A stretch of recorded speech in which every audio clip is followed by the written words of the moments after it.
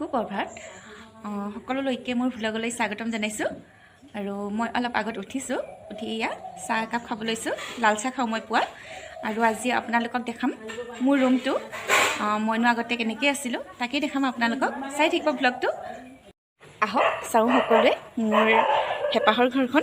মোৰ বুলি ক'লে ভুল হ'ব, মোৰ জন্মৰ ঘৰখন, কাৰণ গুৱাহাটীতো মোৰ এখন ঘৰ কৰিছোঁ যিহেতু সৰুকৈ হ'লেও, আৰু সেইকাৰণে চাওঁ আহক মোৰ জন্মৰ ঘৰখন। এয়া সোমায়ে সৰুকৈ আমাৰ ড্ৰয়িং ৰুম। এয়া গোঁসাই ঘৰ,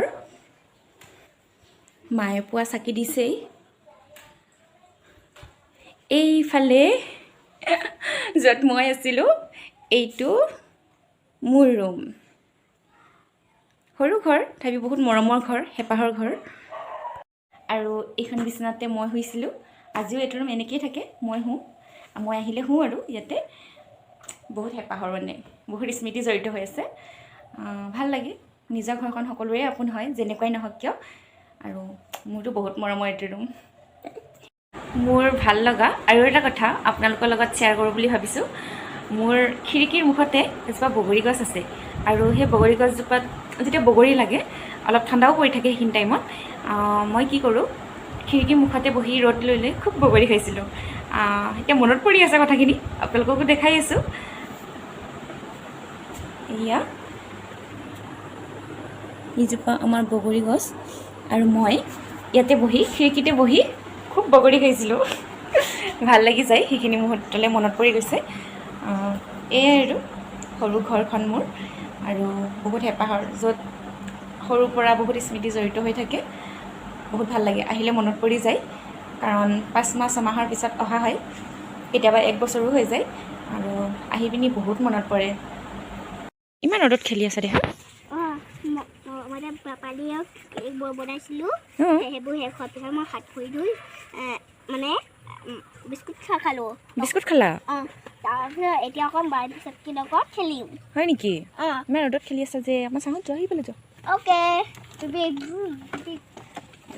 পেডেল মাৰা আকৌ, মাৰা। নাজানে ছোৱালীজনী। চাঙত যোৱা, ৰ'দ পৰি আছে। এতিয়া অলপ বাৰীৰ ফালে ওলাই আহিছোঁ। বোৱাৰীয়ে ভাত বনাই আছে। মা গাটো অলপ বেয়া, মা বাগৰ দি আছে। আৰু চাৰিওফালে সেউজীয়া সেউজীয়া ধুনীয়া পৰিৱেশ, ভাল লাগে। দেখিছেই গোটেই সেউজীয়া। এডাল দেখিছেই কপৌফুল গছ, কপৌফুল। আৰু এই কপৌফুলডাল মই এটা কাৰণেই দেখাইছোঁ আপোনালোকক। মই সৰুৰ পৰাই নাচি খুব ভাল পাওঁ, আৰু যেতিয়া বিহু টাইম আহে, পাপাই বেলেগৰ পৰা বিচাৰি বিচাৰি কপৌফুল আনি দিয়ে। আৰু পাপাই এদিন বজাৰত গৈছিল, বজাৰত যাওঁতে পাপাই মানে এনেকুৱা কপৌফুলৰ পুলি দেখিলে, তাৰপিছত পাপাই আনি পিনি ইয়াতে গুজি দিছিল, তামোল গছজোপাতে বান্ধি দিছিল। আৰু ইয়াতে কপৌফুল লাগে, কিন্তু এই কপৌফুলডাল মই বেছিকৈ মাৰিবই নাপালোঁ। কিন্তু এতিয়াও ফুলে বিহু বতৰত। মানে বাৰীখন ঘূৰি আছোঁ আৰু মনত পৰি আছে কথাবোৰ, আৰু আপোনালোকৰ লগতো শ্বেয়াৰ কৰি আছোঁ। হেল্ল', পুৱা ভাত খাই অলপ টাইম শুলোঁ। এয়া ছোৱালীটো শুইয়ে আছে, টোপনি তাই। আৰু এতিয়া অলপ উঠি যাওঁ, উঠি যাই চাওঁ বাহিৰত কিনো কৰি আছে। আমাৰ তুলসী ঢিপ বনোৱা হৈ গৈছে, আজি যিহেতু কাতি বিহু। আৰু ৰাতি কি কি নিয়ম কৰা হয় তুলসী তলত, তাকে আপোনালোকক দেখাই থাকিম। ভিডিঅ'টো শেষলৈকে চাই থাকিব। তুলসী ঢিপ বনোৱা হৈ গ'ল আমাৰ। ৰাতি ইয়াতে মাহ প্ৰসাদ দিয়া হ'ব। এয়া ৰাণীয়ে তুলসী ঢিপ বনালে। ভাল লাগে কাতি বিহু বুলি ক'লে। আগতে আমি কি কৰোঁ ন, ৰাণী ঘৰে ঘৰে যাওঁ ন, চবকে মাতে আৰু সন্ধিয়া হোৱাৰ লগে লগে তুলসী তলে তলে মৃগ পহু চৰে, এনেকৈ আমি ঘৰে ঘৰে ঘূৰোঁ। আজিকালি সেইটো পৰিৱেশ নাই আৰু, ঘৰে ঘৰে কৰে। ভাল লাগে, আগৰ দিনবোৰ বহুত ভাল লাগে, মনত পৰি যায়। আৰু ৰাতি কি কি কৰোঁ দেখাই থাকিম আপোনালোকক, চাই থাকিব ভিডিঅ'টো। পাছতে আমি তুলসী তলত চাকি দিম। এয়া মই চাদৰ মেখেলা পিন্ধিছোঁ। এগছ গোহালিত চাকি, এগছ ভঁৰালত, আৰু ভাইটি আৰু ৰাণী গৈছে পথাৰত এগছ চাকি দিবৰ কাৰণে। আৰু তাকে কৈছোঁ আৰু মাৰি বুলি। এয়া চব যোগাৰ কৰি আছে। অলপ পিছতে আমি তুলসী তলত প্ৰাৰ্থনা কৰিম, চাই থাকিব, আপোনালোকক দেখাব চেষ্টা কৰিম। আৰু আন্ধাৰ হ'ব পাৰে, কাৰণ কেমেৰা কোৱালিটি ইমান ভাল নহয়, তথাপিও আপোনালোকক দেখাব চেষ্টা কৰিম, চাই থাকিব। এয়া গোঁসাই ঘৰত